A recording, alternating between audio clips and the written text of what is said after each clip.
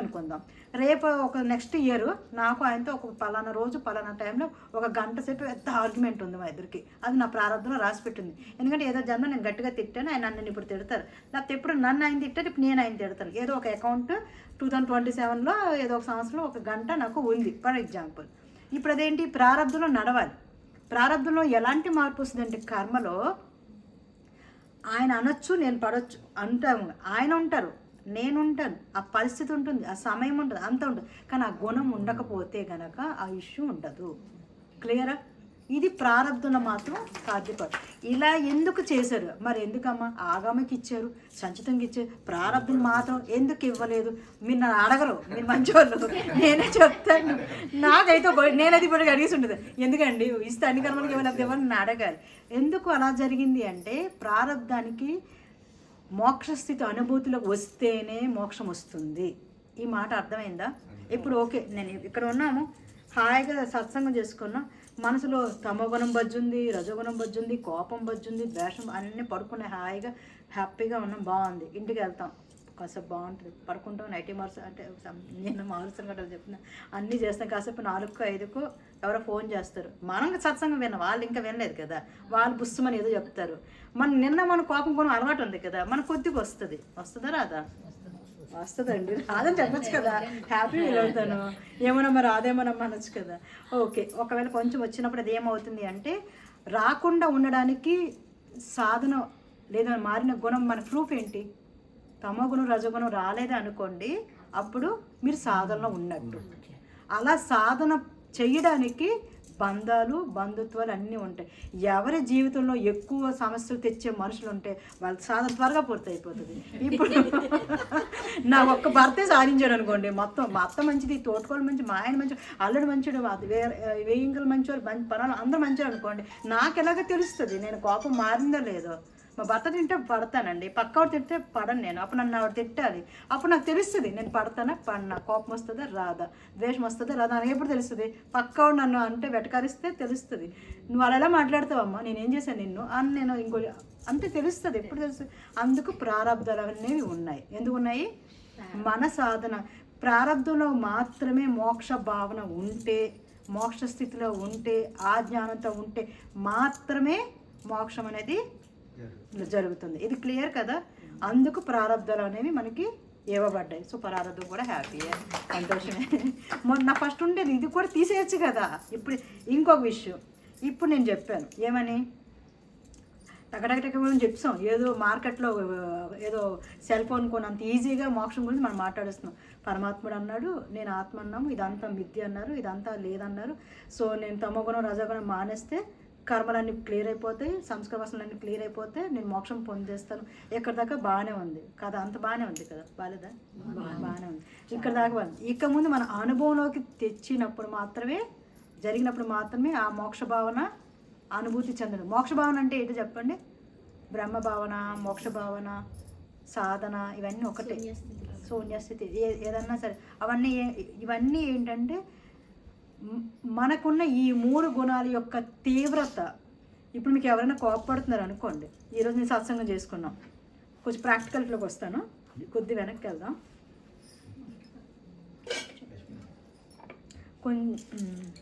ఇప్పుడు దాకా ఉన్న వాటిలో ఏమైనా డౌట్స్ ఉన్నాయా?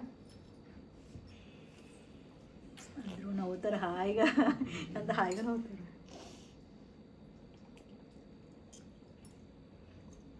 ఇప్పుడు ఏమనిపిస్తుంది, విన్నాం కదా, ఈ కోపము, ద్వేషము, దుఃఖము ఇవన్నీ కూడా ఎప్పటివి అంటే ఇందాక అనుకున్నాం ఆత్మ పుట్టినప్పటి నుంచి అని. ఎక్కడ మొదలయ్యాయి అంటే అది ఒక 2 నిమిషాలు చెప్తాను. ఆత్మ భూమి మీద వచ్చినప్పుడు మొట్టమొదటిగా ఎవరైనా చెప్పండి, మినరల్ కింగ్డమ్గా ఖనిజ జీవితంగా జన్మ ఎత్తుతుంది. ఖనిజ జీవితం అంటే రాళ్ళు, రప్పలు, నీళ్లు, సముద్రాలు, ఇసుక, ఎడారి, గుడి, రాయ, లింగం, వజ్రం, బొగ్గు, కర్ర, చెక్క ఇవన్నీ ఖనిజ జీవితం. అలా కొన్ని వేల జన్మలు ఎత్తిన తర్వాత ఏమవుతుంది? వృక్ష జన్మ. మన అందరు గడ్డి పూజ చేసే తులసి మొక్క అవ్వచ్చు, లేదా ముళ్ళ మొక్క అవ్వచ్చు, లేదా విసర్జించవచ్చు, మామిడి చెట్టు అవ్వచ్చు, తినేది అవ్వచ్చు, తినంది అవ్వచ్చు, పెద్ద చెట్లు అవ్వచ్చు, పెద్ద పెద్ద వృక్షాలు అవ్వచ్చు, ఏమైనా అవ్వచ్చు. తర్వాత వచ్చేది జంతు జీవితం. అక్కడ కూడా ఫస్ట్ గ్రూప్ సోల్స్ అంటే క్రిములు గాను, దోమలు గాను, ఈగలు గాను, అంత చిన్న చిన్న పెద్దవి కప్పలు గాను అలా. తర్వాత జంతు, తర్వాత క్రూర మృగాలు, పులి, సింహం ఎక్సెట్రా. తర్వాత పెట్ యానిమల్స్ అంటే డొమెస్టిక్ యానిమల్స్ అంటే ఆవు, కుందేలు, ఏనుగు, ఇలా సాధు జంతువులు. తర్వాత అప్పుడు మానవ జన్మకు వస్తాం. ఈ జన్మలో ప్రాసెస్లో ఏమవుతుంది అంటే ఒక పులి ఒక ఆవుని వేటాడినప్పుడు ఏమవుతుంది? ఆవు పరిగెడుతుంది, భయపడుతుంది, టెన్షన్ పడుతుంది. అప్పుడు భయం నేర్చుకుంటుంది. పులి ఆకలి కోసం మేత వేయడం నేర్చుకుంటుంది. ఒక పక్షి ఒక ఇల్లు కట్టాలని నేర్చుకుంటుంది. అక్కడ గూడు అనుకుంటుంది, నా పిల్లలు అనుకుంటుంది, నా పిల్లలకి ఆహారం తేవాలనుకుంటుంది. గడ్డి మనకంటే ఈ స్టోన్స్ ఇవి అవి ఇక్కడ వాటికి కర్ర ముక్కలు తెచ్చుకుంటే అయిపోతుంది. అక్కడ ఉన్నప్పుడు జీవితం మనకు బాగానే ఉంటుంది. ఇక్కడే మన పక్కింటి కన్నా మాకు స్టోన్ కావాలి, అది కావాలి, ఇది కావాలి అనుకుంటాం. రెక్కలతో హాయిగా ఎగురుతాయి. మనకి పెద్ద కారు, చిన్న కారు, అది ఇది హడావుడి. మనకి ఈ జంతు జీవితంలోనే నక్కలాగా ఉన్నప్పుడు ఒక గుణం వస్తుంది, కన్నింగ్ వస్తుంది. ఆవులాగా ఉన్నప్పుడు ఒక గుణం వస్తుంది, ఏనుగులాగా ఉన్నప్పుడు అక్కడ గుణాలు నేర్చుకుంటాం. మనసు గుణాలు అక్కడ తయారవుతాయి. వీటితో మానవ జన్మ ఎత్తినప్పుడు ఈ గుణాలను ఉపయోగిస్తున్నప్పుడు ఒక కర్మని, ఈ గుణం వాడొచ్చని వాడకూడదని అన్న ఒక అజ్ఞానంలో కర్మలు స్టార్ట్ అయిపోతాయి. మనకి నాకు ఎందుకండి అంటే ఎవరు చేస్తారు? Simple question. మా అత్త సాధిస్తుందండి అంటే మీరు ఇప్పుడు ఏం చెప్తారు? ఎప్పుడో బాగా ఇచ్చినట్టుంది, ఏదో జన్మ అంటే కొంచెం యూసేజ్ లాంగ్వేజ్లో మాట్లాడితే గట్టిగా ఎప్పుడు ఇచ్చి ఉంటావు, ఇప్పుడు తగులుకుంది, ఎవరు చేస్తాడు అన్నాడు. మా అత్తే ఎందుకు అలా ఉంది అంటే ఉంటుంది నీకే. ఎందుకు? ఆల్రెడీ అకౌంట్ ఫామ్ అయిపోయింది. ఆంధ్ర బ్యాంకులో అకౌంట్ ఎందుకు ఉందంటే నేను ఎస్బీఐలో అకౌంట్ తీయలేదు కాబట్టి, ఇంకా ఈ రెండు ఒకటి అనుకోండి. ఇప్పుడు హెచ్డిఎఫ్సిలో కాదు కాబట్టి. అంటే ఇక్కడ ఏమవుతుందంటే ఎవరితో అకౌంట్ ఉంది అంటే మళ్ళీ వాళ్ళకే మనం ఆల్రెడీ చేసి ఉంటాం. విచిత్రం ఏంటంటే ఎవరికైనా మనం విపరీతంగా ప్రేమించామనుకోండి, చెడ్డగా లేవు, ద్వేషంగా లేవు, కోపంగా లేవు, విపరీతంగా ప్రేమించాం అనుకోండి, అప్పుడు ఏమవుతుంది తెలుసా? మళ్ళీ మళ్ళీ మనం ప్రేమించడం కోసం మళ్ళీ మనం పుడతాం. వాళ్ళు ప్రేమించి మనం పుడతాం సరే. తర్వాత మనకి ఇల్లు, స్కూలు, ఇల్లు, హోంవర్క్, పనులు కూడా ఇంకా చాలా చెయ్యాలి. బాత్రూమ్ కడుక్కు ఇల్లు ఒకటి కాదు, ఇంకా బట్టలు ఉతుక్కొని ఐరన్ చేసుకుని బ్లౌజ్ స్టిచ్చింగ్లు పిచ్చుకొని అది ఇవ్వకపోతే తిట్టుకొని నానా బాధపడాలి. ఎందుకంటే వాడిని ప్రేమించాలి కాబట్టి. నన్ను అర్థమవుతుంది కదా?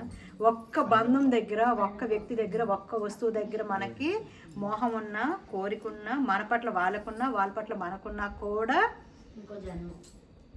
మీకు క్లారిటీ వస్తుంది ఫుల్గా. నాకు మాట కంప్లీట్ అయ్యో ఇంకో జన్మ అని చెప్పేశారు. అందుకే ఏం చెప్పాడు కృష్ణుడు? ఇవన్నీ చెప్తే మనం వినాం కదా. నిష్కామ కర్మ చెయ్యరా నాయనా అని మాత్రం చెప్పాడు. చంపేది నువ్వు కాదు, చంపబడేది నువ్వు కాదు, అంతా నేనే చేస్తున్నాను అంటాడు. నేను బాణం వేస్తే నువ్వు చంపుతున్నాను నేను ఎలా అంటావని మనం అంటామా లేదా? నేను బాణం వేస్తే ఒకవేళ నిష్కామ కర్మ కృష్ణుడు చేసి ఉంటే ఈ మొన్న కేదారనాథయాత్ర ఇవన్నీ వెళ్ళాం కదండి, ఆ దారి పొడుగున ఇవే ఉన్నాయి. మనం చూసాం కదా, ఆ పాండవులు అవన్నీ అక్కడికి వెళ్ళేది. ఆయన పట్టుకొని చంపించేశాడు, ఆయన వెళ్ళిపోయాడు హ్యాపీగా. మరి వీళ్ళందరూ ఎన్ని పాటలు, ఒక కొండండి వీళ్ళు విడగొట్టుతాడు భీముడు అనమాట, దారి భీమసేల అవి అన్నీ చేసి పెట్టాడు. ఎన్ని పాటలు పడ్డారు అనుకుంటున్నారు. మనకు అక్కడ దాకా తెలుసు, భగవద్గీత చదివిన వరకు మనం వింటాం పురాణం. ఎన్ని ధర్మరాజు అందరికీ ఎంత ప్రారంభం అండి, ఎంత కర్మ అండి. అదృష్టం మనకు రాజ్యాలు లేవు, రాజులు లేవు, మన మహాయిగా 10 మంది సాధిస్తాం. ఆ రాజ్యం బాగుండాలి, కర్నూలు అంటే అందరు చావాలంటే ఇక్కడ కర్మ ఎవరు మోస్తారండి? ఈ పాండవులే అదే నా బాధ, అదే నా కోపం. నువ్వు ఆ టైంకి ఏదో మోటివేట్ చేసి వాడు వెళ్ళి చంపి వచ్చాడు, తర్వాత వీళ్ళు రాజ్యం తిరుగుతున్నాడు. ఇది నేను అక్కడ ధ్యానం చేసిన నాకు అడిగిన భావాలు. అప్పుడు నాకు అర్థమైంది ఏంటంటే ఆయన మీకు ఆన్సర్ ఇప్పటికీ అర్థమైపోయింది. అక్కడ వాళ్ళు చెయ్యాలి, ఆయన ముందు చేయాల్సింది చేస్తారు, జరగాల్సింది జరిగింది. అదే ఒకవేళ కృష్ణుడు ముందే టిప్ ఇచ్చాడు, ఏమని? నువ్వు చంపట్లేదు, నువ్వు చావట్లేదు, ఉన్నదంతా నేను మాత్రమే, ఆ భావంతో చేస్తుంటే మిగతా నలుగురు వెళ్ళే వాళ్ళేమో, అర్జునుడు వెళ్ళే పని లేకపోతేనేమో. విన్నాను విన్నాడు, ఆ మాయ పక్కకి వెళ్ళిపోగానే ఎప్పటి నుంచో ఉన్నాయి, తమోరజ గుణాలు ఉన్నాయి కదా, డేటా అంతా తెచ్చేసుకున్నాడు ఆయన. అది ప్రాబ్లం అంతా. మీకు అర్థమైందా? మనము కృష్ణుడే, మనమే అర్జునుడు కూడా. కాసేపు ఒక సెకండ్ కృష్ణుడాగా ఉంటాము, 23 గంటల 59 నిమిషాల 50 సెకండ్లు అర్జునుడాగా ఉంటాము. సో రివర్స్ చేస్తే సెట్ అయిపోతుంది. సరే నేను మళ్ళీ ఎక్కడికి వస్తాను, మళ్ళీ పక్కకి వెళ్ళిపోతాను. ఏం చెప్తున్నాను మరి? కృష్ణార్జున్ కాకుండా దాని ముందు చెప్పండి. చుట్టూ నేను అదే చెప్తానండి, పరమాత్మ గురించి చెప్తున్నాడు. ఇక్కడ మనకి ఈ ఏవైతే తమోరజ సత్వగుణాలు మనకు ఉన్నాయో అవి మనకి బ్రతకడానికి ఉండడానికి ఇవ్వబడిన గుణము. వాటిని కర్మలుగా వాటిని మనమే అనుకొని ఫలితాన్ని తీసుకుంటున్నాం. ఆ ఫలితాన్ని మనము ఒక్కొక్కటి అనుభవించవచ్చు, ఒక్కొక్కటి మార్చుకోవచ్చు, మొత్తానికి వదిలేయచ్చు. అది మీ టాలెంట్ బట్టి ఉంటుంది, మీ ఇష్టం. లాస్ట్ బాగుంటుంది వినడానికి, కానీ కొంచెం కష్టపడాలి. అర్థమైంది కదా? ఏది ఎంచుకుంటారు లాస్ట్కి? వదిలేస్తే వదలడం అంటే ఏం వదులుతారు? ఇక్కడ ఒక చిన్న మైనస్ ఉంది, చెప్పమంటారా? మనం వదిలినప్పుడు కోపం వదిలేస్తాం, ద్వేషం వదిలేస్తాం. ఎక్కడ నాన్న కదా మాకు అది గుర్తురాదు, అప్పుడు గురువు గుర్తురాదు. మా ఆయన తిట్టుకుని గురుమ ఎందుకు గురుమ ఉదయాన్ని తిట్టాడని గుర్తొస్తారు, కానీ ఆవిడ పడిచేతి మా ఆయన పడిచేతి గుర్తురాదు అని మీరు పెడతారు. మామూలుగా చెప్తున్నాను. మనకి ఏంటంటే ఆనందంలోనే దుఃఖం రెండింటిని కూడా డిటాచ్ ఉండాలి. ఒకటి అటాచ్ ఉండి ఒకటి అనేది కుదరదు మనకి. అలాంటిగా ఎలా అకౌంట్ సెటిల్ అవ్వదు. మీకు ఇప్పటిదాకా అర్థమైందా? అంతే మేడం. టైం ఎందుకు గురువు చెప్పండి. ఎందుకంట ఎవరికి ఎలాంటి ఇబ్బంది ఉందో నాకు తెలియదు కదా. సో ఇక్కడ మనము గుణాల గురించి మళ్ళీ ఒకసారి మాట్లాడుకుంటే, సత్యం గురించి అర్థం మళ్ళీ ఒక్కసారి రిపీట్ చేస్తాను. ఏమీ లేని పరమాత్మ స్థితి నుంచి మనం కూడా పరమాత్మ బిందువు అయినప్పటికీ కూడా మనవి మనవి అనుకునే ఈ కోపం మనది కాదు, కానీ మనది అనుకుని మనం చేసేస్తూ ఉంటాం. దుఃఖము, కోపము, బాధ, భయము, పొసెసివ్, ద్వేషము, చూడలేకపోయిన ఇవన్నీ కూడా గుర్తుపెట్టుకోండి. అది మీరు కాదు. మీరు యాక్చువల్గా ఏంటి? పరమాత్మ యొక్క ఆత్మస్వరూపం. అది ఎలాగుంటుంది? ఏమీ కాదు. దాని మీద ఇవి ఆలోచనలుగా ఉండిపోతున్నాయి. వీటిని మనం దీన్ని ఏమంటామంటే, ఇందాక చెప్పాను కదా, జంతు జీవితం నుంచి మానవ జీవితం వచ్చామని. మానవ జీవితం వచ్చినప్పుడు, జంతు జీవితం వచ్చినప్పుడు అవన్నీ కూడా తీవ్రమైన గుణాలుగా మారిపోతాయి. ఇప్పుడు కోపం వేరు, కోప గుణం వేరు. అంటే పంచదార వేరు, తీపి వేరు, తీపిదనం వేరు. తీపి అనేది వస్తువు, దాని గుణం ఏంటి? తీపిదనం. కోపం వేరు, కోప గుణం వేరు. ఆ గుణం లోపల ఉండిపోతుంది మనకి. కోపం అనేది పరిస్థితి, సందర్భం, వ్యక్తులు, పరిస్థితులు బట్టి వస్తుంది. కోప గుణం అనేది వేరే. దానికి మనకి అది ఎక్కువ ఉందనుకోండి, దాన్ని సంస్కారము, వాసన అని అంటారు. దాన్ని ఏమంటారు? వాసన అంటారు. పూర్వజన్మ వాసన ఎక్కడ పోతాయిరా అంటారు. ఆ ఇంట్లోనే ఉందిరా, ఆ గోత్రంలోనే ఉందిరా అలా అంటుంటారు. ఆ ఊరు మనుషులే ఎలాగరా అంటుంటాం. అంటే ఆ సంస్కార వాసన గుణాలు వాళ్ళు ఎక్కువ ఉన్న పీపుల్ కానీ వాడుతుంటారు. ఆ ఇంట్లోనే ఉందిరా అలాగని చెప్తుంటారు. అంటే ఆ జీన్స్లో కూడా అది ఉండిపోతుంది వాళ్ళ వంశం. Maybe some reasons. దాన్ని ఏమంటారు? ఒకటైతే గుణము, అది ఎక్కువ తీవ్రంగా ఉంటే దాన్ని వాసన సంస్కారం అంటారు. ఆ వాసన సంస్కారం అనేది మనకి జన్మలకి అలవాటు వస్తూ ఉంటుంది. ఇప్పుడు ఇంకొక మాట చెప్పే ప్రయత్నం చేస్తాను, అది అర్థం చేసుకుని ట్రై చేయండి. డౌట్ వస్తే అడగండి. ఇప్పుడు మనం పూజ చేస్తాం కదా, మనకి ఏ విధంగా చేస్తాం? భక్తితో చేస్తాం. అందుకే కదా చేస్తాం. ఏ శబ్దం వాడుతున్నామో పక్కన పెట్టండి. పసుపు వాడుతున్నాం, కుంకుమ వాడుతున్నాం, పువ్వులు వాడుతున్నాం, ఏది వాడుతున్నాం పక్కన పెట్టండి. అక్కడ ఎదుర్కొన్న ఫోటో ఏదో పక్కన పెట్టండి. ఇక్కడ ఎవరు చేస్తున్నాం కూడా పక్కన పెట్టండి. మధ్యలో అక్కడ ఏం నచ్చిందంటే భగవంతుడు, భక్తుడు, భక్తి, మధ్యలో ఉన్నది భక్తి. అంతే కదా. ఈ భక్తి అనేది లోపల ఎలా ఉంటుంది? అది కూడా వాసన గుణమే. భక్తి అనేది గుణమే కదా. కోపం ఎలా గుణమో భక్తి అనేది అలాగే గుణమే. ఆ గుణం బయటికి రావాలంటే మీకు ఎలాగొస్తుంది? భక్తి అనే గుణం బయటికి రావాలంటే ఎలాగొస్తుంది? రాదు, విడిగా రాదు. ఎప్పుడు వస్తుంది? ఒక మంచి సీన్ చూసినప్పుడు, ఎవరైనా మంచి పురాణం చెప్పినప్పుడు, ఒక మంచి విషయం చెప్పినప్పుడు, లేదా భగవంతుడి పటం చూస్తున్నప్పుడు, లేదా భగవంతుని మనం వర్ణిస్తున్నప్పుడు, ఎదుటి వాళ్ళు మనకు వర్ణిస్తున్నప్పుడు, లేదా స్తోత్రం చదువుతున్నప్పుడు, లేదా గానం చేసినప్పుడు, భజన చేసినప్పుడు, ఎక్కడో ఒక దగ్గర అదేమొస్తుంది బయటికి? భక్తి వస్తుంది. ఎవడైనా మనకు తిట్టాడు అనుకోండి, చెప్పక్కర్లేదు, కోపం వస్తుంది. దానికి ఏం ఖర్చు పెట్టక్కర్లేదమ్మా, బాగా వస్తుంది మాకని చెప్తారు. భయము వస్తుంది, టన్ను. అవన్నీ కూడా గతం జన్మలోనే. ఏదైనా జన్మలో ఎక్కడ లోయలో పడిపోతే ఆడికి లోయ అంటే భయం, కాలిపోయి చనిపోతే మంట అంటే భయం, మునిగి చనిపోతే నీళ్ళంటే భయం. అలా ఏదో ఒకటి పరిస్థితి గుర్తుండదు, సందర్భం గుర్తుండదు. ఆ గుణము, ఆ వాసన అది ఉండిపోతుంది. మీకు ఇది అర్థమైంది కదా. సో ఇప్పుడు మనకేంటి? ఏ వాసన కావాలో అది తేవచ్చు, ఏ వాసన వద్దో మనము దాన్ని ఆపొచ్చు. ఈ మాట అర్థమైందా? అర్థమైంది కదా. మనకి ఎవరు ఇంత సందర్భం అంటే ఇలా మెదడు చేయలేము, బట్ మీకు అర్థం చెప్తాను. ఎంత కోపానికి నేను ఎంత కోపడ్డాను అనుకోండి, అస్సలు బాగోదు. ఇంత కోపానికి నేను ఎంత పడ్డాను అనుకోండి, ఇది పెద్ద బుద్ధిమంతుడు మరి అలా కూడా అంట. తెలుసా మీకు? నేను ఒక్కోసారి తిట్లుగా రాసినాను. నేను అంత తిడుతుంటే అలా చూస్తే నన్ను తిట్టిన రోజులు ఉన్నాయి, మా వారు నన్ను తిట్టిన రోజులు ఉన్నాయి. అంటే అలా నేనేదో ఆలోచనలో ఉన్నాను, ఆయన తిడుతున్నాను, నాకు అంత ఫీల్ రావట్లేదు. నేను భక్తి భావన భజన గుళ్ళో ఉన్నాను అనుకోండి, మనం తిట్టారనుకో అంత కోపం రాదు. అదే చెయ్యి కాలి మన స్టవ్ మీద ఉన్నప్పుడు తిట్టారనుకోండి, అప్పుడు వస్తుంది చూడండి, ఒక రేంజ్లో వస్తుంది కదా. టైం అయిపోతుంటే క్యారేజ్ అయిపోతే అప్పుడు ఫోన్ ఏటి చెప్పమ్మా అంటాం ఫోన్లో. అదే మన ఖాళీగా అందరూ అడిపోయి ఫోన్ అనుకోండి, ఏంటమ్మా చెప్పమ్మా అంటాం. మారిపోతుంది అక్కడ మన పరిస్థితి బట్టి మారిపోతుంది. అంటే గుణం ఏదైతే మనకు ఉందో అది లోపల ఉన్నది సందర్భానుసారం దాని స్థాయి మారుతూ ఉంటుంది. మీకు ఇది అర్థమైంది కదా. ఒక్కొక్క సందర్భంలో అదే వస్తువు విషయము కోపము పెరుగుతూ ఉండొచ్చు, తగ్గుతూ ఉండొచ్చు. ఇక్కడ వరకు అర్థమైంది కదా. ఇప్పుడు ఏం చేస్తారంటే మనకి ఏదైనా సందర్భంలో కోపమో భయమో బాధో దుఃఖమో ద్వేషమో అసూయ ఏదైనా వస్తున్నప్పుడు ఫస్ట్ మీకు అర్థం అవ్వాల్సింది ఏంటంటే వాళ్ళు ఎలాగున్నారో కాదు, మీకేముందో అర్థం అవ్వాలి. మీకేముందో ఎలా తెలుస్తుంది?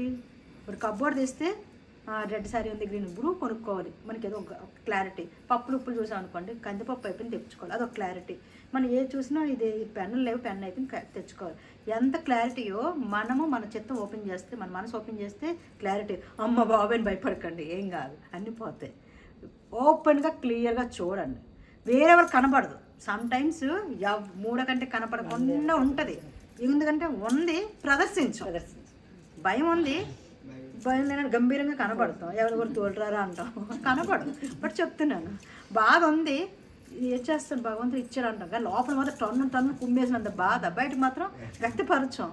అలా అనమాట. ద్వేషం అసలు ఏంటి అసలు అని వస్తుంది, కానీ బాగోదు కదా అని కొంచెం. అంటే ఫస్ట్ మీరు మీ లోపల ఏముందో చూడండి. మనకు వద్దనుకున్న బట్టలు ఏం చేస్తాం, పడేస్తాం. భోగి అందుకు వచ్చింది యాక్చువల్గా. మనకు వద్దనుకున్న సామాన్లన్నీ తీసి కాల్చడానికి వచ్చిన భోగిని మనం కాస్త ఏ సామాన్ పాడైపోయిన ఆ రోజు ఉంచుకుని ఆ రోజు పడే ప్రయత్నం చేస్తాం. అది కాదు అక్కడ నా ఉద్దేశం. బొగ్గుల ఆవు పేడతోనే ఎందుకు పిడకలేస్తారు చెప్పండి? ఇంకో వస్తువు వేయచ్చు కదా, కరచక్కలు వేయచ్చు కదా, నెయ్యి వేయచ్చు కదా, ఇంకా పామం పొరలు వేయచ్చు కదా. భోగి మంటలో పేడ ఎందుకు వేస్తారు? అది చెత్త, అది కాలితే వచ్చేది. పేడ కాలిస్తే ఎన్ని గుణాలు తెలుసు కదా. ఆవు పేడ పిడకలు వేస్తాం, ఇంకేది వేస్తామంటే ఏం కదా. ఆవు పేడ ఎందుకో తెలుసా మీకు? ఆవు పేడలో గుణాలు తెలుసా మీకు?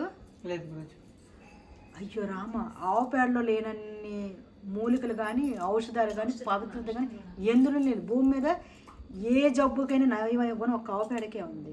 ఇప్పుడు మనం ఏమైనా తీసుకోవట్లేదు, కానీ అందరిలో ఆవులు ఉండేవి, తీసుకునే వాళ్ళు. మేము మా చిన్నప్పుడు అయితే ఉండేది. శబ్దం వస్తే ఆవు వచ్చేపోసిన శబ్దం అది 2-3 నిమిషాలు పోసేది. సారీ అనుకోకుండా నా భాషకు తప్పు. పలికే వాళ్ళం, వెళ్ళి తీసుకొని తాగేవాళ్ళం, తల వేసేసుకునే వాళ్ళం. ఆవు మూత్రం, గోమూత్రం, పంచామృతాలు అంటే ఆవు పాలు, అది కాదు గోమూత్రం.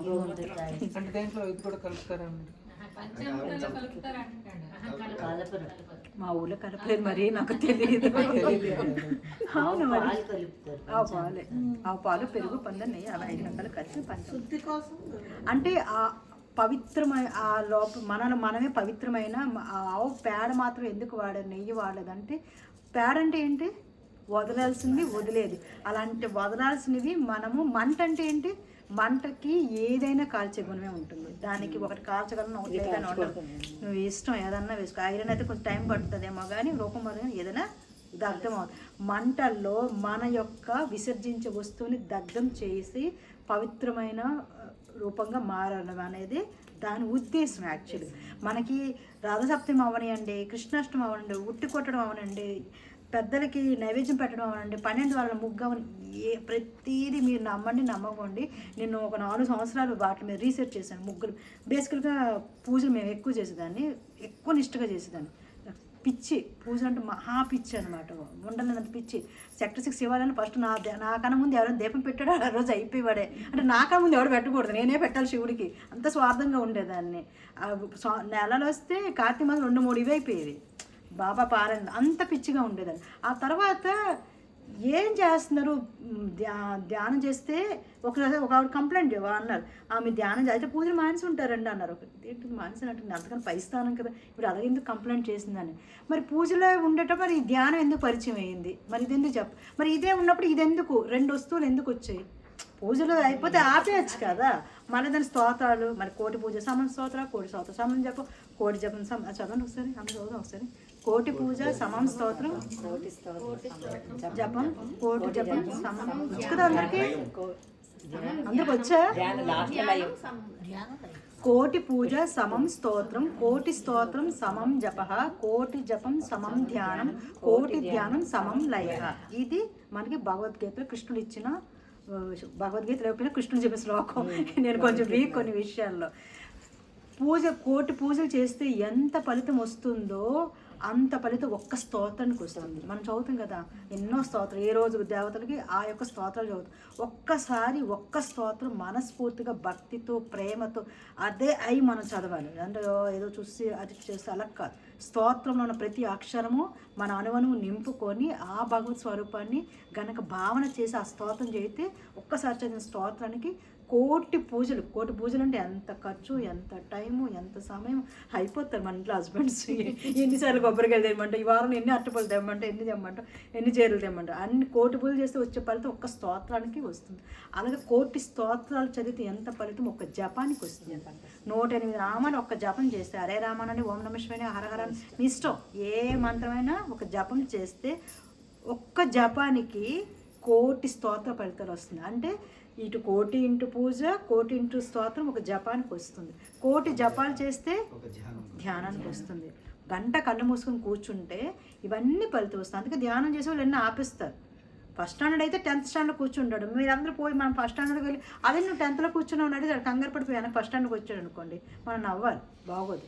వాడు వెళ్ళాడు అనుకో, మేము ఇప్పుడు మీరు వెళ్ళారు కానీ ఫస్ట్ 10th స్టాండర్డ్ మేము కూడా వస్తామని చెప్పాలి. ఆ ఫస్ట్ స్టాండర్డ్ వారికి క్లారిటీ ఉంటే, లేకపోతే నో ప్రాబ్లం, అది వేరే విషయం. సో ఇప్పుడు ఏమైంది, కోటి జపం చేస్తే ఒక ధ్యానానికి, కోటి ధ్యానం చేస్తే ఒక లయానికి సమానం. లయం అంటే ఏంటంటే ధ్యానంలో కూర్చుంటాము, అప్పుడు ఎక్కలేని సమస్యలన్నీ గుర్తొస్తాయి, అన్ని పనులు గుర్తొస్తాయి. నేను ఏమైనా చేయగలుగుతాను, ధ్యానం మాత్రం చేయలేను రా బాబా. ఒక్క నిమిషం ధ్యానం కుదరాలంటే అరగంట కూర్చోవాలంటే అసలు మనం చూసి మనం భయం వేస్తుంది. నేను ఎంత దారుణంగా ఆలోచిస్తానో, నాకు ఇన్ని ఆలోచనలు ఉన్నాయి, నా పరిస్థితి ఇన్ని కష్టాలు ఉన్నాయా అని భయం వచ్చేస్తుంది. ఎందుకంటే ఆ ధ్యానంలో అంత, ఆ ధ్యానంలో ఒక నిమిషమైనా ఒక లయస్థితి వస్తుంది కదా, ఆలోచన లయస్థితి, దాన్ని లయస్థితి. అలాగే ఒక గంట లయస్థితికి ఇదంతా ఫలితం వస్తుంది. అందుకనే ఋషులు పూర్వకాలం మునులు ఉండేవారు, 1000 సంవత్సరాలు తపస్సు చేస్తే దేవతలు వచ్చేవారు. మరి వారు పూజ చేయలేదు, స్నానం చేయలేదు, దీపారాధన చేయలేదు, సంధ్యావందనం చేయలేదు, మరి దేవుడు ఎలా ప్రత్యక్షం అయిపోతాడు? ఎందుకు అయ్యాడు? మరి అవ్వకూడదు కదా మన లెక్క ప్రకారం. మరి వాడు చేయాలి కదా, ఏవైతే కర్మలు చేయాలో, నిత్య కర్మలు, నైమిత్య కర్మలు చేయాలి కదా. చేయకపోతే అతను ప్రత్యక్షం అవ్వకూడదు. మరి అయ్యాడుగా, ఎందుకంటే అక్కడ లయస్థితిలో కోరుకున్నాడు కాబట్టి. ఒక లయస్థితిలో ఉన్న ఎవరమని ఉన్నప్పుడు ఇవి అవసరం లేదు, అంతే. చెయ్యకూడదు కాదు, అవసరం లేదని. నేను అక్కడికి ఎందుకు వెళ్ళాను ప్లీజ్ చెప్పరా, దేనికి వెళ్ళాను మర్చిపోయాను. అది చెప్తాను, దాని ముందు స్టార్టింగ్ ముందుకు ఎందుకు చెప్పాను అబ్బా. నేను ముందే, మీరు కూడా నా మీద ఫాలో అయిపోతారు, వెనక్కి లాగరు అసలు. ముందే ఏం చెప్తున్నాను నేను? కాదండి, ఏదో చెప్తున్నాను నేను. దీంట్లో ఎంతమంది మర్చిపోయారు? మీరు గజనీలేనా? ఓకే, ఆవు పేడ పవిత్రత గురించి మాట్లాడుతున్నాను. పూజలకు ఎలా వెళ్ళిపోయాను చెప్పాను కదా, వెళ్ళిపోతే మీరు లాగుతూ ఉండాలి. ఆ మంటలు మన పూజలు అన్నీ అందుకు వచ్చాయని చెప్పాను కదా. ఇక్కడ ఆ తమో రాజ గుణాలు వచ్చి ఈ ప్రాసెస్లన్నీ అందుకు ఇవ్వబడ్డాయి. మనము ఎలాగ ఈ గుణాలను దగ్ధం చేస్తామన్నదే సిస్టమ్ అంతా కూడా. అది తెలియదు మనకి, అలా చెప్పలేదు. మనం ఒంటరిగా చూడతామని ఇలాగే చెప్పారు, మనం ఇలాగే పూజ చేస్తాం. కానీ ఆ పూజ చేసినప్పుడు మనం ఎలా ఉండాలో నేర్పించాలి. ఓం భోహ ఓం సుభ మనం ఇలా అంటాం కదా, ఏంటి అర్థం చెప్పండి. ఓం భోహ చదువుతాం కదండి, ఓం భోహ ఓం సుభ అంటే ఏంటది? భువర్లోకం శుభర్లోకం శుద్ధి కాదు, అటు ఇటు వేస్తాం కదా, నీళ్ళు తులసిని అన్ని జల్లి పవిత్ర చదువుతాం కదా. అక్కడ ఏంటి, అక్కడ ఉన్న వస్తువులు శుద్ధి కడుగుగాక, నేను శుద్ధి అవగాక, భువర్లోకం శుద్ధి అవగాక, సువర్లోకం శుద్ధిగా అన్ని అవగాక అని చెప్పి దేవతను కూడా శుద్ధి చేసి పూజలో కూర్చుంటాం. అంతవరకు అవసరం లేదు, ఈ 2 లాయలనే చెప్తున్నాం. భువర్లోకం ఒక అష్టోత్తరం కరెక్ట్గా మనం పూజ నేర్చుకున్నా మీకు మోక్ష జ్ఞానం అర్థమైపోతుంది. కాకపోతే మనం చేసే విషయం మారిపోతుంది. పంతులు నిలబెట్టుకోండి అంటాడు, అది చేస్తాడు. ఎందుకు చేస్తాడు? వాడు చెప్పడు, మనకి చెప్పడు. అది చెప్తే వేణుడు వాళ్ళు కదా రక్షించిన తక్కువే అది చెప్పడు. అసలు వాళ్ళకి తెలుసండి ఇవన్నీ. మా అత్తయ్యగారు చనిపోయినప్పుడు నేను ఇవన్నీ అడిగాను. నేను చనిపోయినప్పుడు ఇవన్నీ ఎందుకు చేస్తాను అడిగినప్పుడు మొత్తం చెప్పారు పంతులు గారు. నేను పిచ్చి వేసి నాకు అసలు ఎంత సత్యము, ఎంత జ్ఞానము, ఎంత రహస్యాలు మనకు ఉన్నాయి అని చెప్పి పిల్లలకి చెప్పాలి. అబ్బా, యంగర్స్కి, యూత్కి చెప్పాలి. సరే, మీరు నా తర్వాత నేర్చుకొని చెప్తారు. కానీ మొత్తం మీద ఇక్కడికి ఎందుకు వచ్చానంటే మళ్ళీ మోక్ష శివుడు నేను పక్కకు వస్తున్నాను. తమో రజ గుణాలు అనేవి మనము కాదు, మనల్ని అంటి పెట్టుకుని ఉన్నాయి. అవి జంతు జీవితం నుంచి మనం తెచ్చుకొని అనేక జన్మల్లో ఒక్కొక్క గుణం పడగా అది సంస్కార వాసనగా మారిపోయి అవి మనల్ని బాధిస్తాయి. ఇక్కడ మన లోపల తలుపు తెరుచుకుని కబ్బోర్డ్ అండి, తలుపు తెరుచుకొని చూస్తే మనకి ఎన్ని గుణాలు ఉన్నాయి, ఎంత ఉన్నాయి ఫస్ట్ తెలిస్తే అప్పుడు ఏది కావాలో ఏది వద్దు వస్తువులు పడేసేలాగా అన్నప్పుడు నేను ఆ భోగి మంటలకు వెళ్ళిపోయాను. మంటలు అది మనం అది తీసి చూడాలి, ఏమున్నాయి ఏమొద్దు ఏం కావాలి. చూసిన తర్వాత దాన్ని ఎలా మార్చుకోవాలి, ఎలా ఖాళీ చేయాలన్న దాన్ని ధ్యాస పెట్టాలి. అది మీరు కాదు. ఈ ఒక్క మాట గుర్తుపెట్టుకోండి. మీకు ఒక ద్వేషగుణం ఉందనుకోండి, ఏదో జన్మలో తెచ్చుకున్న వాసన, మీరు కాదు. వాసనను వదిలేస్తే మీరు చాలా పవిత్రంగా ఉంటారు. కృష్ణుడు అదే చెప్పాడు, నేను తెలుసుకున్నాను నువ్వు తెలుసుకోలేదు అంతే. ఏం తెలుసుకున్నారని అంటే అది చెప్పాలి. నేను తెలుసుకున్నాను నువ్వు తెలుసుకుని ఏంటి, అదే ఏంటి నా క్వశ్చన్. అదే మీరు అడగరు అక్కడ దొరకదు. నేను తెలుసుకున్నాను నువ్వు తెలుసుకోవాలంటే అర్జునుడు అడగరు, నువ్వేం తెలుసుకున్నావు అదే డైరెక్ట్గా చెప్పి ఇదంతా నాకెందుకని అన్నుంటే ఈ 2 మొక్కలు చెప్తే అయిపోయేది. అక్కడ కృష్ణుడు ఏం చేశాడంటే ఫస్ట్ స్టాండర్డ్ నుంచి PhD లెవెల్ అందరికీ చెప్పాడు ఆయన. కర్మ సిద్ధాంతము, జ్ఞానము, సాంఖ్యయోగం, ఇది అది అన్నీ చెప్పాడు. ఏదో ఒక్కటి చెప్తే మనకు కన్ఫ్యూజన్ ఉండదు. కానీ అప్పుడు ఏమవుతుంది, వాడు ఒక్కడే ఎదుగుతాడు, మరి మిగతా వాళ్ళు ఎలా పైకి వస్తారు. అందుకని పరమాత్ముడు ఏం చేశాడంటే అన్ని స్థాయిల వాళ్ళకి చెప్పాడు. ఏదో ఒక జన్మలోనన్నా దాని నుంచి నెక్స్ట్ లెవెల్కి రాకపోతాడా అని చెప్పి. మీరు ఎక్కడ కావాలి మీ ఇష్టం, అదే మీ చాయిస్ ఇస్ యువర్స్. సో ఇక్కడ మనము తమో రజో గుణాలు అనేవి, ఇప్పుడు మనం ఎవరైనా మనం కోప్పడుతున్నాం లేకపోతే ఎవరైనా మనం బాధపడుతున్నాం అంటే మీకు ఇదివరకు ఎంత వచ్చింది అనుకోండి, అప్పుడు మీకు ఏం క్లారిటీ వచ్చింది, ఆపింది డైరెక్ట్గా సూపర్ సంధ్య. ప్రాసెస్ మారిసింది, ఇంకెందుకు అయిపోయింది కదా, ఎందుకంత హడాపడండి అక్కడ కదా ఆపేయాలి. తోపబ్బా, భాష బాగాలేదు కానీ సూపర్, కొంచెం బాగుంటుంది. మామూలుగా డైరెక్ట్గా ఆపేసారు, గొడవ లేదు కదా. ఫస్ట్ మనకి ఏమవుద్దంటే నాకు ఇంత గుణం ఉంది, అది నాది కాదు, అనేక జన్మ నుంచి వచ్చిన స్మృతి. ఈ కోపము, ఈ దుఃఖము, ఈ ద్వేషం అనేది అనేక జన్మ నుంచి వస్తున్న జ్ఞాపకము, స్మృతి. ఎవరైనా తిడితే అవమానం అని ఫీల్ అవ్వాలి, బాధపడాలి అనేది గత జన్మ నేర్చుకున్న స్మృతి. ఒక జన్మ ఎప్పుడైనా ఎవడైనా బాగా తిడితే నీకు పుణ్యం వస్తుందని ఎవడు చెప్పాడు అనుకో, డబ్బులు ఇచ్చి మళ్ళీ తిట్టించుకుంటామేమో, మనకేం తెలుసు. మరేం చేస్తాం పుణ్యం వస్తుంది అంటే నేను తిడితే నా కర్మ కరిగిందని ఎవరు చెప్పాడు అనుకోండి, ఎంత బాగా తిడుతున్నావు, ఉండమ్మా తిడుతుంటే మా జాబ్తో అని తిట్టించుకుంటామేమో, తెలియదు కదా. ఒక కర్మ ఖాళీ వద్దండి ఏం చేస్తామమ్మా, మీరు తిట్టించుకుంటారు లేదా. అండి ఈరోజు ఒక్క 10 నిమిషాలైనా తిట్టండి ప్లీజ్ అండి, చాలా ఉండిపోయిందండి క్లియర్ చేయండి అని అంటావేమో, తెలియదు మనకి. ఎందుకంటే అది కర్మ ఉంది కాబట్టి అవుతుంది. కాబట్టి ఇక్కడ నేనేం చెప్తున్నానంటే అది కేవలము జ్ఞాపకము, సంస్కరణ, వాసన, గుణము, అది ఉండిపోయి మళ్ళీ మళ్ళీ అదే చేస్తాం. ఇక్కడ వరకు అర్థమైంది కదా. ఇందాక నేను మీకు ఒక టాపిక్ దగ్గర ఆపేస్తాను, ఏంటది, ఏ దేవుడు పూజ చేసినా ఏం చేసి చాలా టాపిక్ ఆపేసానండి. భగవంతుని దగ్గర మనం ఏముంది, భగవంతుడు ఉన్నాడు, భక్తుడు ఉన్నాడు, మధ్యలో భక్తి ఉంది. అదేవిధంగా పరమాత్ముడికి ఆత్మకి మధ్యలో మనకి ఇక్కడ ఏముంది, మన తమోరజ గుణాలతో సంబంధించిన సంస్కారాలు, శరీరాలు, వాసన ఉన్నాయి. దానికి ఇక్కడ ఏం చేయాలి, భగవంతుని చూస్తే ఈ శరీరంలో ఎక్కడో దాక్కున్న ఈ మనసు అంటారు, బుద్ధి అంటారు, నేనైతే దానికి కారణ శరీరం అంటాను. ఈ వాటి నుంచి మీరు ఆ పదం వాడితే వాడాలి, లేదంటే మీరు అని పదమైన వాడుకోండి, లేకపోతే మీరు హృదయమైనా వాడుకోండి. అందులో ఉన్న భక్తి బయటకు వచ్చినట్టుగా కోపం వస్తే కోపం బయటకు వస్తుంది, బాధ వస్తే బాధ బయటకు వస్తుంది, దుఃఖం వస్తే దుఃఖం బయటకు వస్తుంది. ఒకవేళ ఎవరికైనా ఆత్మజ్ఞానం ఉందనుకో, వాడు ఏం చేసినా ఏమొస్తుంది, ఆనందం. మాకు ఏమొస్తుంది అన్నట్టు, ఆనందమే వస్తుంది, లేదా ప్రేమే వస్తుంది. ఓకే, ఏ జన్మదో తీరుస్తున్నాడు, ఓకే. వాడికి అజ్ఞానం. ఒక చంటి పిల్లవాడు వచ్చాడు అనుకోండి, వాడు కొట్టాడు అనుకోండి, నాకు ఇది చాలా గౌరసమ్మ ఎక్కడైనా బతికేస్తాడంటే దెబ్బ బాధిస్తానంటే నేను భార్యను కదా. పిల్లాడిని ఎత్తుకొచ్చి అంటే పిల్లాడు ఒక 9 నెలలు 10 నెలలు పిల్లాడు వచ్చి నా దగ్గరికి వచ్చి ఇలా కొడతాడు, ఇది లాగాలనుకుంటాడు, అందరూ నాకు గట్లా పీకుతాడు, ఎక్కుతాడు, ఏదో చేస్తాడు. అప్పుడు నేను ఏం చేస్తాను, దెబ్బ బాధేసి ఏంటిది అలా అన్నాం, ఎందుకు చంటి పిల్లాడు, అంతే కదా. అదే మనకి ఇప్పుడు మనము మన శరీర పరంగా చూస్తే అందరూ సమానంగా అనిపిస్తాం, కానీ ఆత్మపరంగా బుద్ధిపరంగా మన చుట్టూ చంటి పిల్లలే ఎక్కువ మంది అన్నారు. వాడిని చూసి బాధీకండి, పాపం అని ఎత్తుకోమంటే సంగర కాదు మనసులో. అర్థమైంది కదా మీకు. మన చుట్టూ ఉన్న వాళ్ళ కొంతమంది అత్తరూముల వయసులో అత్త పెద్దదే, గుణంలోని ఒకవేళ మీరు ఆలకని చిన్న అనుకోండి, మీరు సాధించవచ్చు, నేనేం కాదన్ను. ఒకవేళ మీరు గుణంలో ఆమెకన్నా పెద్దవాళ్ళైతే ఎత్తుకోండి. ఎత్తుకోగా ఆవిడకి ఏమవుతుంది సార్ పిచ్చిలే శుద్ధి ఏంటి నేను ఎంత సాధిస్తున్నా ఎలా పక్క వాళ్ళకి చెప్పడానికి వాళ్ళకి టాపిక్ ఉండదు కదా, వాళ్ళు విలువలు ఆడిపోతారు. మీకు తెలుసా, ఇది నేను ఓన్ ఎక్స్పీరియన్స్. మా అత్తగారు డబ్బాదమ్మని ఒక గట్టి కొట్టారు, బొడుపులు వచ్చేసినాయి, ఏడుపు వస్తుంది. ఆవిడ 7th month 8th month pregnancy అనమాట. మా అమ్మ చెప్పింది, నువ్వు ఏమైనా ఇంట్లో ఇష్యూస్ ఉంటే సార్ రికార్డ్ అవుతుందా ఆపండి సార్ కాసేపు నా తుని చాలా నొప్పి వస్తుంది. మా అమ్మ చెప్పింది, నువ్వు వెళ్ళిపోయినప్పుడు నీకు ఏం జరిగినా నీకు సంబంధమే, నువ్వు తీసుకొచ్చి పుట్టింట్లో చెప్పడానికి రూల్ లేదు. మా అమ్మ కొట్టింది, మా అత్త కొట్టింది, నాన్నకి ఎవరికి చెప్పకూడదు, అక్కడే పాడాలి అని చెప్పింది.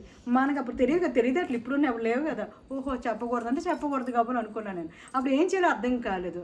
మా అమ్మ చెప్పింది, ఏదైనా చేస్తే మీ ఆయనకి కూడా, మీ అత్తగారు ఏం చేసి మీ ఆయనకి కూడా చెప్పకూడదు, వాళ్ళిద్దరి మధ్యలో నువ్వు ఏర్పకూడదు అని చెప్పింది. మరి మా ఆయనకి చెప్పొద్దు అంటే వాళ్ళకి చెప్పొద్దు, నేను ఇంకెవరు చెప్పాలి. పోయి నేను ఆవిడకి చెప్పాను, నేను అత్తయ్య మీరు ఎందుకు కొడుతున్నారు, నాకు ఏడుపు వచ్చేస్తుందని చెప్పి ఆవిడ ఒక ఇది వైట్ చైర్లు ఉంటాయి కదా, ఏటవాళ్ళు ఉంటాయి కదా, క్రాస్ వాల్ చైర్ టైప్లో ఉంటాయి, అది అలా చైర్ ఉంటుంది, అదంతా కూర్చొని మరత కుర్చీ ఊడండి, మరత కుర్చీకి ఇవి ఉంటాయి కదా, అల్లుతారు కదా వైర్వి, అది ఉండేది మా ఇంట్లో. ఆవిడ దాంట్లో కూర్చున్నారు అనమాట.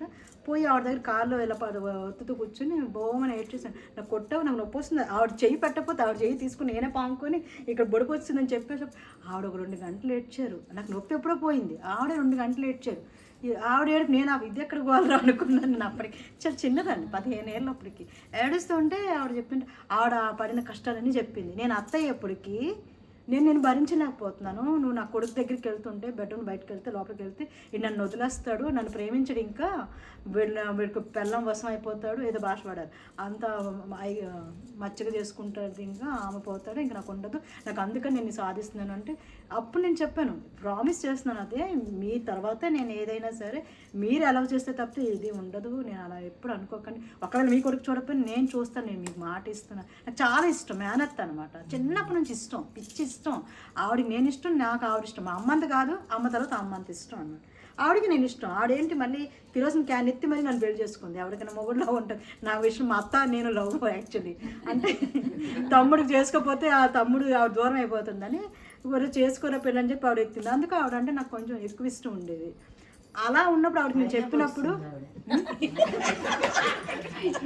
అదే సంధ్య, అక్కడ బస్సు మారిపోయింది కదా సంధ్య, అందుకు చెప్తున్నాను. అదే కారణం. నేను ఇటు ఆలోచిస్తున్నాను కాసేపు, మాయలోకి వెళ్ళాను, నీకు తెలియట్లేదు లక్ష్మి, నువ్వు కర్మ అని చెప్తాను. నువ్వు మొట్టకే కాడు, ఆవిడ గుణం కాదు, నీ కర్మ అని చెప్తాను. తప్పలేదు సంధ్య, కొంచెం సేపు పక్కకి వెళ్ళానే బాబు, మళ్ళీ అదే అనుకుంటాను నేను. అక్కడ ఏమైంది మనకి, అక్కడ ఆవిడ చేసినప్పుడు ఆవిడ చెప్పారు నాకు అలా వచ్చేసింది. ఆ తర్వాత నన్ను ఏమనలేదు, నా తర్వాత వచ్చిన 3 కోడలకి ఇంకా బాగా చూసుకున్నారు. ఆ కొట్టింది తిట్టిందని నేను చెప్పిన దోషం అవుతుందేమో అని ఎవరు నమ్మడు అనమాట, అంత ప్రేమగా చూసుకున్నారు ఆవిడ. ఆ రోజు నేను ఆవిడ ఓపెన్ అవ్వడం వల్ల, 3 వ్యక్తి వెళ్ళకపోవడం వల్ల, మేము ఇది అవ్వడం వల్ల అంత మార్పు అనేది అక్కడ జరిగింది. ఆవిడ మంచి బయటకు వచ్చేసింది, ఆ ద్వేషం అనేది కరిగిపోయింది. ఎందుకంటే ఇదేంటి నేను ఎలా అయిపోయాను అని ఆవిడ తెలుసుకున్నారు. మా అత్త ఆవిడ పడ్డ బాధలు ఎవరు పడరండి. ఆవిడ నేను 2 నిమిషాలకి నేను ఏడ్ చేశాను, ఆవిడ ఇంత అంతా పడలేదండి బాబు, నేను చూశాను చిన్నప్పటి నుంచి ఉండిపోయి. ఆ కోడలు అత్త అన్నప్పటికీ మారిపోయి, అదే ఆ వాసన చెప్పడానికి గోలంతా అనమాట. నా బాధ అంతా ఆవిడ పాపం నిందించాల్సి వచ్చింది. ఇక్కడ ఎందుకు చెప్తున్నాను అంటే, ఆ తర్వాత ఇప్పటి వరకు కూడా ఆవిడ చనిపోయినప్పుడు 6 months నేను డిప్రెషన్లోకి వెళ్ళాను. అమ్మ నాన్న అంటే అర్థం ఉంది, అత్తకి డిప్రెషన్ వెళ్ళేది క్యాండిడేట్ నేనే అవుతానేమో, ఎందుకంటే అంత బాగా చూసుకునేవారు, నాకు తినిపించడం అన్నీ, ఇంకా మదర్ ప్లేస్లోకి వెళ్ళి చేసేవారు ఆవిడ.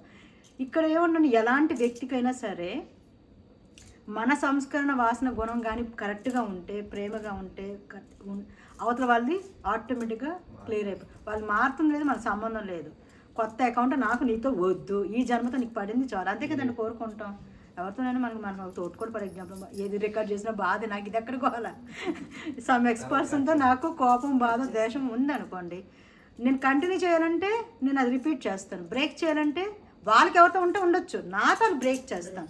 అది ఎలా చేయొచ్చు, సత్వగుణము, ప్రేమ, జ్ఞానం. జ్ఞానం అంటే ఏంటి, ఇది కేవలము గత జన్మల వలన నాతో ఉంది, ఇది నా యొక్క గుణం మాత్రమే. నాకు భక్తిలో నుంచి ఇప్పుడు నేను మళ్ళీ అదే ఇందాక చెప్తున్న భక్తి నుంచి ఎక్కడికి వెళ్తున్నాను అబ్బా. ఆ లోపల భక్తి ఎలా వచ్చిందో, మన యొక్క పరమాత్మతత్వము, ఆత్మతత్వము దాన్ని బయటికి రావడానికి ప్రయత్నం అంటారు. క్లియరా? ఈ మాట విన్నారా? విన్నారా?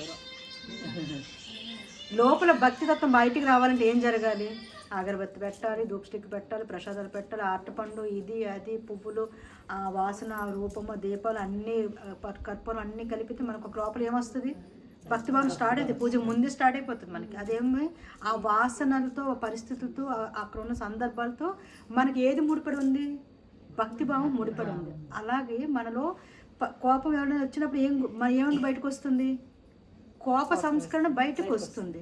ఆ అన్నిటి ప్లేస్లో మీరు జ్ఞానాన్ని నింపారనుకోండి, అవగాహన నింపారనుకోండి, ప్రేమ నింపారనుకోండి, కోపం ఎవరైనా తిట్టగానే మీకు ఏం గుర్తొస్తుంది, ఫస్ట్ అమ్మ బాబా వీడితో కొత్త కర్మ, ఈ జన్మలో తిడతాడు, ఇప్పుడు నేను మళ్ళీ తిడతాను, మళ్ళీ జన్మ ఎత్తాలి. అప్పుడు జ్ఞానం అక్కడ నాకెందుకు వచ్చిందో, నువ్వు తిట్టుకుంటే తిట్టుకోరా అనుకొని మనం పైన అమ్మ అమ్మ అనుకుని లోపల కట్ చేసుకుంటాం. ఒక జన్మగా చాలరా బాబు, మళ్ళీ నీతో ఎవడు జన్మలు ఎత్తుతాడు, ఎవడు ఫైట్ చేస్తాడు, అదే కదా అంటాము. అర్థమైంది కదా. ఇక్కడ ఇంకొక ఆప్షన్ ఉంది. నిజంగా సత్యం అర్థమైతే మొత్తం సృష్టించినందుకు పరమాత్ముడే అనే ఎరుక మనకి ఎప్పుడు ఉంటే, ప్రతి వస్తువు పరమాత్మ స్వరూపమే, ఆయన రూపమే అనుకుంటే కనుక, శివుడైతే అంత శివరూపము, కృష్ణుడైతే అంత కృష్ణ రూపం, అంతే కదా. అలా అయితే అని మీరు ఎరుకలో ఉంటే గనక మీకు ఎవరి పట్లైనా మీకు మారిపోద్ది ఆలోచన. ఒకరు తిడుతున్నాడు అనుకో, నా యొక్క కోపాన్ని పరీక్ష జరుగుతుంది, లేకపోతే ఏ జన్మ నేను చేసి ఉంటాను, ఓకే నాకు ఇంకా కోపం వస్తుందంటే ఇంకా నాకు ఆ వాసన ఉందన్నమాట, దీన్ని ఎలా దాటాలి, ఇదే మనకి ఎరుకులోకి వస్తుంది. రాగా రాగా రాగా ఏమవుతుందంటే తర్వాత అవి కూడా రావు. ఎంతసేపు ఆలోచిస్తుంది ఏదైనా మనసు, ఇంక మొదలెట్టేసింది అని మన మీద తీసుకొస్తుంది. మన మనసు మన మీద ఎంక్వైరీ చేస్తుంది కదా. మనకు అస్సలు నచ్చింది ఏంటో తెలుసా, పక్కోడి మీద ఎంక్వైరీ నచ్చుతుంది, మన మీద ఎంక్వైరీ నచ్చదు. పక్కోడి మీద ఎంత ఎంక్వైరీని ఎన్ని రోజులు మనకు బోర్ కొట్టదు. ధ్యానం ఎందుకు కుదరదు తెలుసా, మన మీద మనకి ఫోకస్ చేస్తాం కదా, అది నాకు నచ్చదు. మంచి అయినా చెడైనా పక్కోడి మీద ఫోకస్ చేయమంటే చాలా సిద్ధపడి యాక్టివ్గా 24/7 ఉంటుంది. నువ్వు కళ్ళు మూసుకుని నిన్ను నువ్వు చూసుకోరా, అంతర్ప్రయాణం అనే పదం వాడాడా అంతే. ఇంకా మరొక గంటలో అతలా కొత్తలం అయిపోతుంది. బయటికి ఏం కనబడ్డా కానీ లోపల భగవంతుడిగా తెలియాలి. ఇక్కడ చూడగా ఇది అని అర్థం అయ్యాక, ఇది వద్దు అనుకున్నాక క్లారిటీ వచ్చి నెమ్మదిగా అది కూడా పోతుంది. ఆ తర్వాత ఎన్ని గంటలు కూర్చున్నా ఎప్పుడు ధ్యానం కూర్చుంటామా అనిపిస్తుంది, అది అనుభూతిలో వస్తుంది. శక్తిపాత సిద్ధ మహాయోగ మార్గంలో ఏంటంటే కుండల శక్తి జాగరణ జరిగితే ఇక్కడ అదో బెనిఫిట్ చెప్తాను మీకు. ఇప్పుడు ఇవన్నీ ఏం చేస్తాము, మనమే ఆలోచించుకొని మనమే ప్రయత్నం చేస్తాం. మారాలి నాకు అంత కోపం ఉంది, భయం ఉంది, బాధ ఉంది, దుఃఖం ఉంది, ద్వేషం, మనమే ప్రయత్నం చేస్తాం. అదే శక్తిపాత సిద్ధ మహాయోగంలో ఏమవుతుందంటే ప్రతి ఒక్క వ్యక్తిలో కూడా ఏదైతే దైవిక శక్తి ఉందో అది కుండలి రూపంలో ఉంటుంది. ప్రతి ఒక్క మూలాధార చక్రాల పేర్లు విని ఉంటారు కదా, విన్నారు పేర్లు. మూలధారం చక్రం కింద 3.5 అంగుళాల చుట్టుకొని ఉంటుంది. అదొక పావులా ఉండదు, దాని పావులా వర్ణిస్తారు, అదొక ఎనర్జీ మాత్రమే, అన్ని ఎనర్జీ సెంటర్. దాన్ని ఒక సిద్ధ గురువు యాక్టివ్ చేస్తే ఏమవుతుందంటే ఆ శక్తి ఈ గుణాన్ని అదే కరిగించుకుంటాం, మనం కరిగించక్కర్లా. మామూలుగా అయితే మనం ఏం చేయాలి, కోపం తగ్గాలి, ద్వేషం తగ్గాలి, ఆ వ్యక్తితో కర్మ తగ్గాలి, ఈ వ్యక్తితో కర్మ తగ్గాలి కదా, అది అమ్మ చేసుకుంటాను, ఇంకా పరమాత్ముడే చేసుకుంటాడు. ఆ మార్గాన్ని పరమాత్ముడే సృష్టించాడు, లేకపోతే వీళ్ళు మానవులు రాలేరు, వీళ్ళు దాటలేరు. ఇలా దాటడానికి ఏదో ఒకటి చెయ్యాలని మనకి ఎన్నో మార్గాలు ఉన్నాయి. ఇదే కాదు, ఇదే మార్గంలో మనకి మన గురు పరంపరలు అయితే, గురు పరంపరలు 2 చెప్పండి పేర్లు, గురువుల పేరు. దక్షిణామూర్తి మొట్టమొదటిగా పార్వతీకి చేశాడండి. ఎవరికి చేశారు? దక్షిణామూర్తి ఎవరు చెప్పండి? శివుడి యొక్క గురు రూపం. ఇక్కడ ఉంటే నేను మహాలక్ష్మి గారికి వెళ్ళిపోతే లక్ష్మి అయిపోతుంది, పుస్తుంది దిగిపోద్ది అంతే. అక్కడ గురు రూపం ఏదైతే ఉందో ఆ యొక్క శివుడే పార్వతీకి శక్తి జాగరణ చేయడం జరుగుతుంది. ఆవిడకి అవసరమా? ఆవిడే శక్తి, ఆవిడకి అవసరం లేదు. కానీ ఆ మార్గాన్ని పరిచయం చేయడానికి, భక్తులు ఆ యొక్క శక్తిని పరిచయం చేయడానికి ఆటోమేటిక్గా అందరిలోకి ఇది వెళ్ళడం కోసమని శక్తి జాగరణ అనే పద్ధతిని ప్రవేశపెట్టడం జరిగింది. తర్వాత మన యుగాల్లో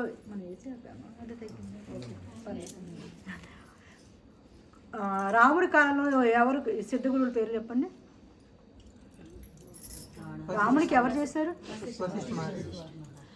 ఇదే శక్తిపాతం చేయడం జరిగింది. అదే కృష్ణుడి కాలంలో సాందీపముని కృష్ణుడు అర్జునుడికి. అదే ఋషి పరంపర ఇప్పటి వరకు కొనసాగుతూ వచ్చింది. మధ్యలో బహిర్గతం అవుతుంది, కొద్ది రోజులు లుప్తం అవుతుంది, మధ్యలో కనుమరుగవుతుంది, ఉండకుండా పోదు, ఎక్కడో ఒక దగ్గర ఉంటుంది. కొన్ని సంవత్సరాలు ఎవ్రీ 600 yearsకి బయటికి విస్తృతంగా వస్తుంది, మళ్ళీ మాయమైపోతుంది, విస్తృతంగా వస్తుంది, మళ్ళీ మాయమైపోతూ ఉంటుంది. అది శక్తిపాత సిద్ధ మహాయోగం. ఇందులో ఏమవుతుందంటే గురువు యొక్క కృప వలన ఆ శక్తి జాగం జరిగిన వాళ్ళకి మనలో ఉన్న ఏ దైవిక శక్తి ఉంటుందో, మీరు దాన్ని పరమేశ్వరుడు అనుకోండి, పరాశక్తి అనుకోండి, కుండల శక్తి అనుకోండి, ఏదైనా ఆమె స్వయంగా మన యొక్క ఒక్కొక్క కర్మను కరిగించే పని చేసుకుంటారు. మనకి ఆ బాధ్యత లేదు. మనం కరిగిస్తున్నప్పుడు విట్నెస్గా ఉండి దాన్ని యాక్సెప్ట్ చేయడమే. మనం ఇన్ని రోజులు ఇలా ఉన్నాం, సడన్గా మనం మంచివాళ్ళం అయిపోయామా అన్న మాట ఎవరికి చుట్టుపక్కల మనకు అనిపించవచ్చు. బట్ కన్ఫ్యూజ్ అవ్వకండి, అది సహజంగా వేమన ముందు ఎలా ఉండేవాడండి? ఒక్క రోజులో మార్పు వచ్చింది. వేటగాడికి ఒక్క రోజులో మార్పు వచ్చింది. ఆ వచ్చింది బుద్ధుడు అంటే కొంచెం కష్టపడ్డాడు, కొన్ని గురువులందరూ తిరుగుతూ వచ్చాడు. వేమనకు అలా జరగలేదు కదా. మనకి పాలకొల్లు దగ్గర సన్యాస స్వామి ఉంటుంది, ఆయనకి ఎలాగ ఒక క్షణంలోనే కదా జరిగింది. అన్నిట్లో భగవంతుని చూడగలిగే ఇది వచ్చింది కదా. అంటే మార్పు అనేది భగవంతుడి చేతిలో ఉన్నప్పుడు పరమాత్మ ఏ క్షణం ఎప్పుడైనా ఎలాగైనా జరుగుతుంది. దానికి ముందు మనం జడ్జి చేయలేము. మనల్ని మనం ఇప్పుడు వరకు నేను రావణాసుని అయి ఉండొచ్చు, కానీ పరమాత్మ కృప నాకు ఉంటే, గురువు ఒకవేళ ఎవరైనా కృప చూపిస్తే నేను రాముని అవ్వచ్చు. అది గుర్తుపెట్టుకోండి. ఇప్పుడు దాకా నేను ఇలా ఉన్నాను, నేను మారుతానా అన్న క్వశ్చన్ లేదు. ఎవరైనా ఎక్కడైనా మారుతాం, ఎందుకంటే అంతా పరమాత్మ సృష్టి మాత్రమే. కాబట్టి మనకు కొంతమంది దేవుళ్ళు, కొంతమంది రాక్షసులు ఏం పుట్టించలేదు మన అందరినీ. అదే పరమాత్మను పుట్టించడం. ఇంకా నమ్మాల్సిన విషయం, అర్థం చేసుకోవాల్సిన విషయం ఏంటి, ఆ పరమాత్ముడే మనం. కాబట్టి మన మీద ఉన్నది ఏం తీయాలి? ఒక్కొక్క పొరను తొలగించితే, ఒక మిర్రర్ ఉందనుకోండి, నాకు ఇష్టం బెస్ట్ ఎగ్జాంపుల్ అది చెప్తే మీకు ఈజీగా అర్థమవుతుంది. మన లోపల ఉన్న ఆత్మస్వరూపం ఉంది అని మనం చెప్తున్నాం. నీ లోపల దేవుడు ఉన్నాడు, మన మామూలుగా వాడతాం, పూజ చేస్తాం, కానీ మన లోపల దేవుడు ఉన్నాడు అని చెప్తాం. ఎలా ఉంటాడు? ఉంటే మనం ఎందుకు బయట చూస్తున్నాం, బయట ఎందుకు చేస్తున్నాం, ఎందుకు వెతుకుతున్నాం? మన లోపల దేవుడు ఉన్నాడు. మన ప్రూఫ్ ఏంటి? దేవుడు ఉన్న ప్రూఫ్ ఏంటంటే మనం ఉన్నాం కాబట్టి అదే ప్రూఫ్. మనం ఉన్నాము అంటేనే, దైవశక్తి లేకుండా, దేవుడు లేకుండా, దీని శరీరం అంటారు, శవం అంటారు.